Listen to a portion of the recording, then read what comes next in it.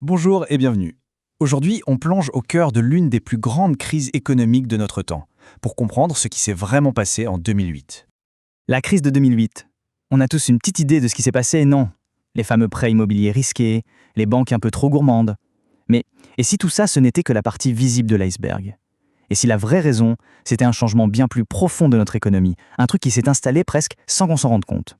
En fait, pour bien piger le truc, il faut d'abord voir les événements de 2008, non pas comme la maladie elle-même, mais plutôt comme ses symptômes les plus spectaculaires. Cette citation, elle résume parfaitement l'ambiance de l'époque. On était dans une confiance, presque aveugle, dans un système financier qu'on croyait devenu infaillible. On pensait avoir dompté le risque, alors qu'en réalité, on ne faisait que le cacher sous le tapis, le rendre invisible. Et la chute, elle a été vertigineuse et brutale. En à peine plus d'un an, des géants de la finance, qu'on pensait vraiment intouchables, se sont écroulés comme un château de cartes, emportant toute l'économie mondiale avec eux. Ok, donc ça c'est le quoi. Maintenant passons au pourquoi.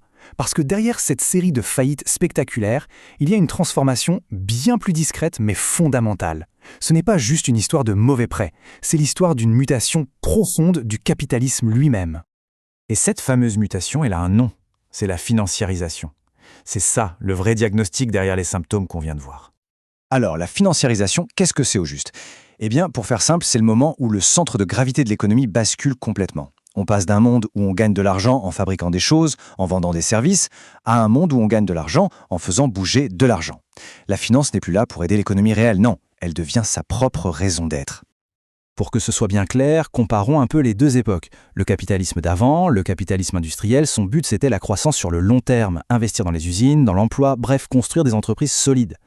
Le capitalisme financier, lui, il n'a qu'un seul objectif en tête, la valeur pour l'actionnaire. Et tout de suite, la rentabilité à court terme écrase absolument tout le reste. Et cette idée-là, elle a tout changé. Les bénéfices des entreprises, au lieu d'être réinvestis pour grandir ou pour augmenter les salaires, ont été aspirés massivement vers les marchés financiers. Tout ça pour faire plaisir aux actionnaires, quitte à laisser l'économie réelle sur le carreau. Et pour servir cette nouvelle obsession du profit immédiat, la finance a inventé toute une panoplie d'outils.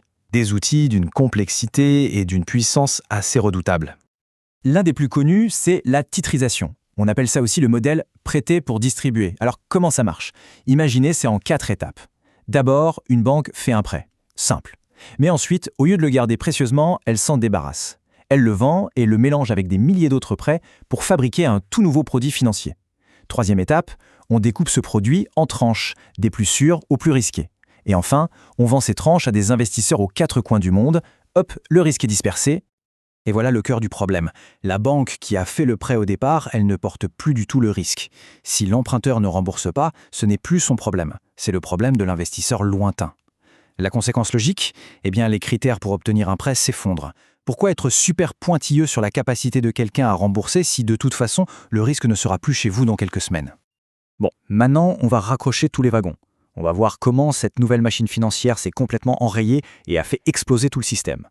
Le résultat de cette course au prêt facile, ça a été une véritable explosion du marché des subprimes, ces fameux prêts accordés à des gens qui, normalement, n'auraient jamais dû en obtenir.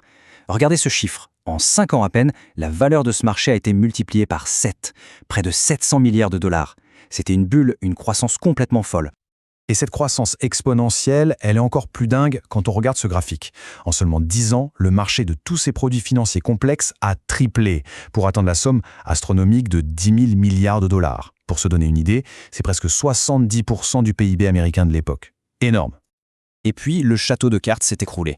La réalité a fini par rattraper la finance. Les gens n'arrivaient plus à payer leur crédit. Et d'un coup, tous ces produits financiers si sophistiqués, si demandés, sont devenus toxiques. Le pire dans tout ça, c'est que le risque avait été tellement découpé, mixé et revendu que plus personne ne savait qui avait la patate chaude entre les mains. La panique a été totale et le système s'est complètement bloqué. Mais attention, cette machine infernale, elle n'est pas sortie de nulle part. Elle a été encouragée, rendue possible par une philosophie politique et économique bien particulière.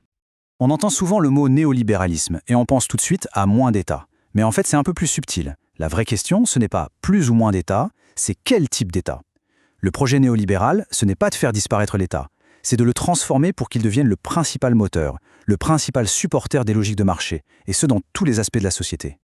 Et ça, ce n'est pas juste de la théorie, c'est très concret. Et si on regarde des politiques récentes comme celle de l'accord de gouvernement belge Arizona, on retrouve tous les ingrédients. L'austérité, plus de flexibilité dans le travail, moins de protection sociale, une fiscalité qui avantage le capital, sont des exemples parfaits de comment l'État est mis activement au service du marché. Et c'est ça le point essentiel. Les principes qui ont permis cette financiarisation folle et qui ont pavé la voie à la crise de 2008, eh bien ils sont toujours au cœur de nos politiques économiques aujourd'hui. L'idée que le rôle de l'État, c'est avant tout de faciliter la logique du marché, elle est toujours bien là. Ce qui nous amène à la question finale. La crise de 2008 a mis en lumière, de façon brutale, les failles d'un système complètement déconnecté de l'économie réelle. Depuis, on a mis en place des règles, des régulations, mais est-ce qu'on a vraiment changé le logiciel de base? Ou est-ce qu'on a juste mis quelques rustines en attendant la prochaine secousse? La question, elle, reste entière.